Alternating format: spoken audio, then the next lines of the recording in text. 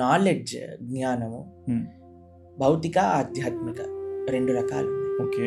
భౌతికమైన జ్ఞానము, విద్య, వీటన్నిటి ద్వారా లభిస్తుంది.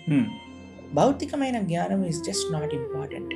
అంటే అదొక్కటే ఇంపార్టెంట్ కాదు, ఆధ్యాత్మిక జ్ఞానం కూడా చాలా ఇంపార్టెంట్. ఈ 2 ఎప్పుడైతే కలుస్తామో అప్పుడు మనం పర్ఫెక్ట్ హ్యూమన్ బీయింగ్ అవ్వగలుగుతాం. కాబట్టి మనం we should always try to understand what spirituality is. Okay. కాబట్టి ఎప్పుడైతే స్పిరిచువాలిటీ అంటే ఏంటో చెప్తాను సుధీర్, చెప్పండి. It's just a way of life.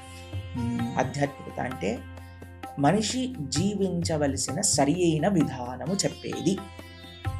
ఇది గుర్తుపెట్టుకోవాలి. ఎప్పుడైతే మనం జీవించాల్సిన విధానం తెలిసిందనుకోండి, ఒక పాత్ క్లియర్గా, ఇప్పుడు చూడండి, నేను మీ దగ్గరికి రావాలి అని అనుకుంటే మీ లొకేషన్ క్లియర్గా ఉందనుకోండి, నేను అలా లొకేషన్ జీపీఎస్లో పెట్టేసి వచ్చేస్తాను. అవును.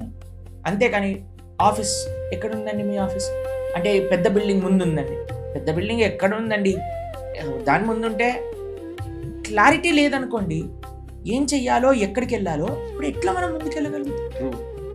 కాబట్టి ఈరోజు అన్నీ ఉన్నాయి, క్లారిటీ లేదు.